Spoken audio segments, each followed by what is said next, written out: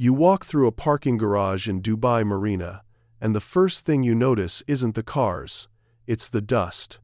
A thick gray film covering a Lamborghini Huracan, flat tires on a Ferrari 488.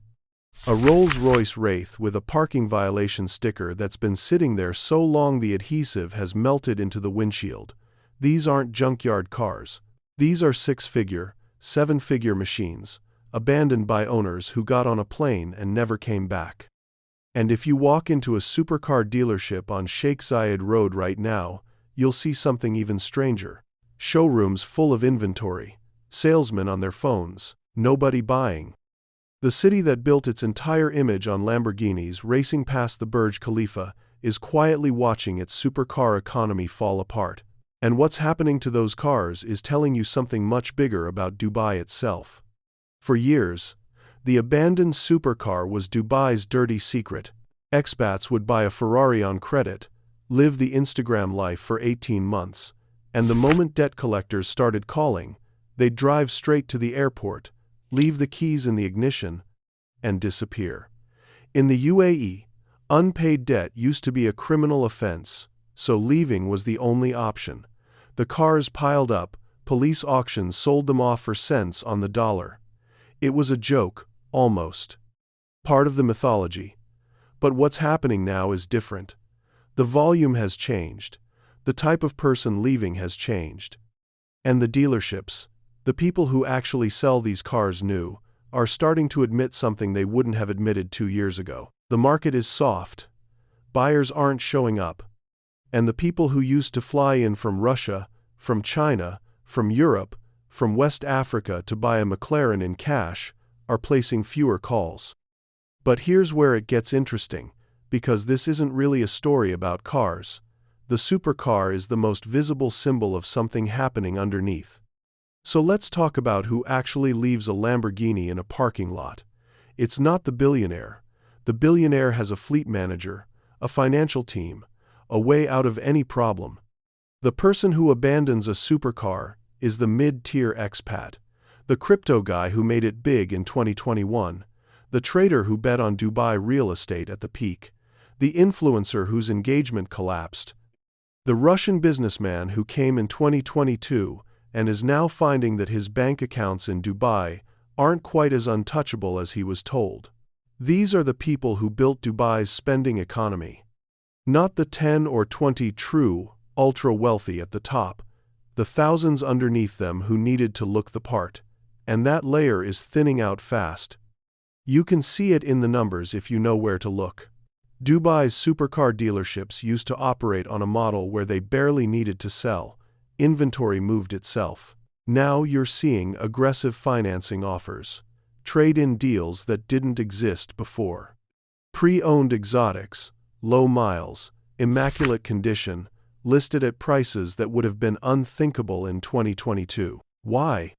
Because the people who bought them in 2022 are trying to get out, and the buyers who would have absorbed that inventory aren't there. The pipeline of new wealthy expats arriving in Dubai has slowed. Russians who came at the start of the war have either settled in for the long haul or moved on to Turkey, Thailand, Serbia. Crypto money is more cautious. And the broader story, the one where every European tech founder and every American influencer was supposed to relocate to Dubai, that wave crested. It didn't disappear. It just stopped growing.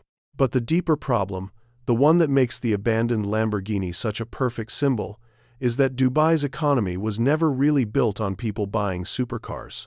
It was built on people pretending they could. Dubai sold a feeling. It sold the idea that if you came here, you'd be the kind of person who drives a Ferrari, lives in a marina penthouse, drinks at the Atlantis, dates above your league, and pays zero tax. The whole machine, the real estate sector, the luxury retail, the nightlife, the influencer economy, the family office marketing, all of it was a leveraged bet on that aspirational pipeline never running dry. And what happens when the pipeline slows? The cars sit. The penthouses go on the rental market. The clubs cut their bottle service prices. The image cracks. Not all at once, just enough that anyone paying attention starts to notice. If you think this is just about luxury cars, wait until you see what's happening to the apartments those drivers used to live in. Because right above those parking garages, in towers all along the marina, in JBR, in downtown, in Business Bay, there are apartments sitting empty, not for sale, not even on the market. Just empty, bought by foreign investors during the 2022 and 2023 boom who treated Dubai property the way people once treated London property or Vancouver property, a place to park money. A safe asset that could only go up, and for a while, it did. Prices in prime Dubai areas jumped 40–50% in 18 months. Brokers were closing deals on apartments that hadn't been built yet. Off-plan launches sold out in hours. Russian, Indian, British, and Chinese buyers competed for the same units. It looked like the strongest property market on earth. And in some ways, it was. But under that boom, something quieter was happening. Supply was being created at a pace that has no parallel anywhere else. Tens of thousands of new units coming online every year. Entire neighborhoods rising out of the desert. Dubai was building as if the demand would never stop. And demand always stops eventually. Always. Now, the same brokers who couldn't keep up with calls in 2023 are sending unsolicited messages to old clients. Rents in some buildings have started to soften after years of brutal increases. Pre-owned inventory is piling up in areas like JVC and Dubai South. And the most telling sign, the one that doesn't show up in any official statistic, is the number of apartments that are owned but not lived in and not rented, lights off, mail piling up. The kind of thing that's easy to hide in a city that's growing fast and impossible to hide in a city that's plateaued. And Dubai is plateauing, not collapsing, plateauing. Which for a city whose entire economic model depends on perpetual upward motion is its own kind of crisis. There's a thing that happens in cities built on aspiration. They have a tipping point. As long as more people are arriving than leaving, the math works. The empty apartment will be rented next month. The unsold supercar will move to a new buyer next quarter. The mid-tier expat who failed will be replaced by two more who haven't tried yet.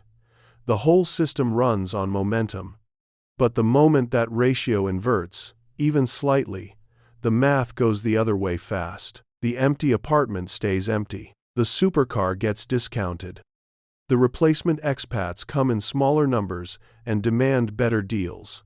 The aura, the thing Dubai has been selling more than any actual product, the aura of inevitability, starts to dim. And once the aura dims, the entire pricing structure of the city has to readjust to a new reality. That readjustment is what's starting to happen now, slowly, quietly. In the gap between what the official narrative says and what the parking garages, the showrooms, and the empty windows are showing. And here's the part nobody in Dubai wants to talk about. Because the next group leaving isn't the one anyone expected. It's not the failed crypto guy. It's not the broke influencer. It's not the Russian on a sanctions watch list. It's the actual professionals. The mid-career engineers, the marketing directors, the finance people who came to Dubai in 2021 and 2022 with real jobs and real salaries and real plans to stay 5, 10, 15 years. These are the people who don't leave a Lamborghini in a parking lot. They sell their car properly, ship their things, organize their kids' school transfer, and quietly book a one-way flight. And they're leaving in numbers that the official statistics don't fully capture, because the way Dubai measures expat departures is fuzzy by design. What you can measure is the second-order signal. International school enrollment slowing in some neighborhoods. Specific industries reporting talent shortages in roles that were oversubscribed 2 years ago. Recruiters saying that candidates who would have jumped at a Dubai package in 2022 are now negotiating harder, asking for relocation guarantees, or just saying no. The cost of living finally caught up.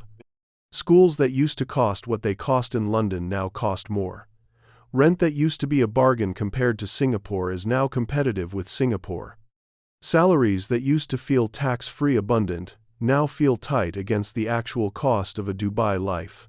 And once the math stops working for the professional class moves. They go to Riyadh, where the salaries are now genuinely higher. They go back to Europe. They try Lisbon, Madrid, Bangkok, Bali. They take remote work and live somewhere cheaper. The Dubai discount on talent is gone, and Dubai has not yet figured out what it's replacing it with.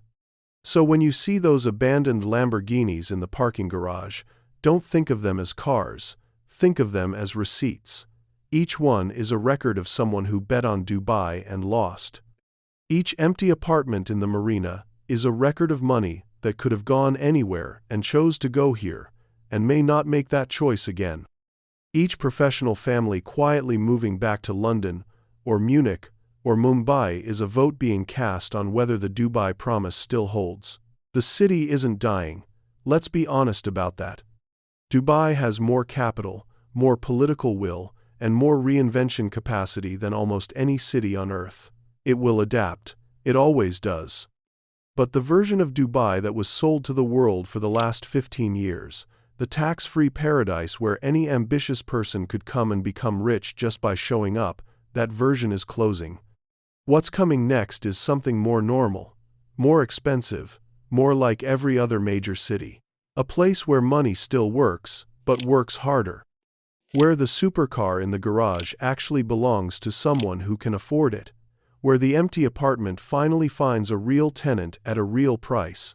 Where the mythology gives way to the math.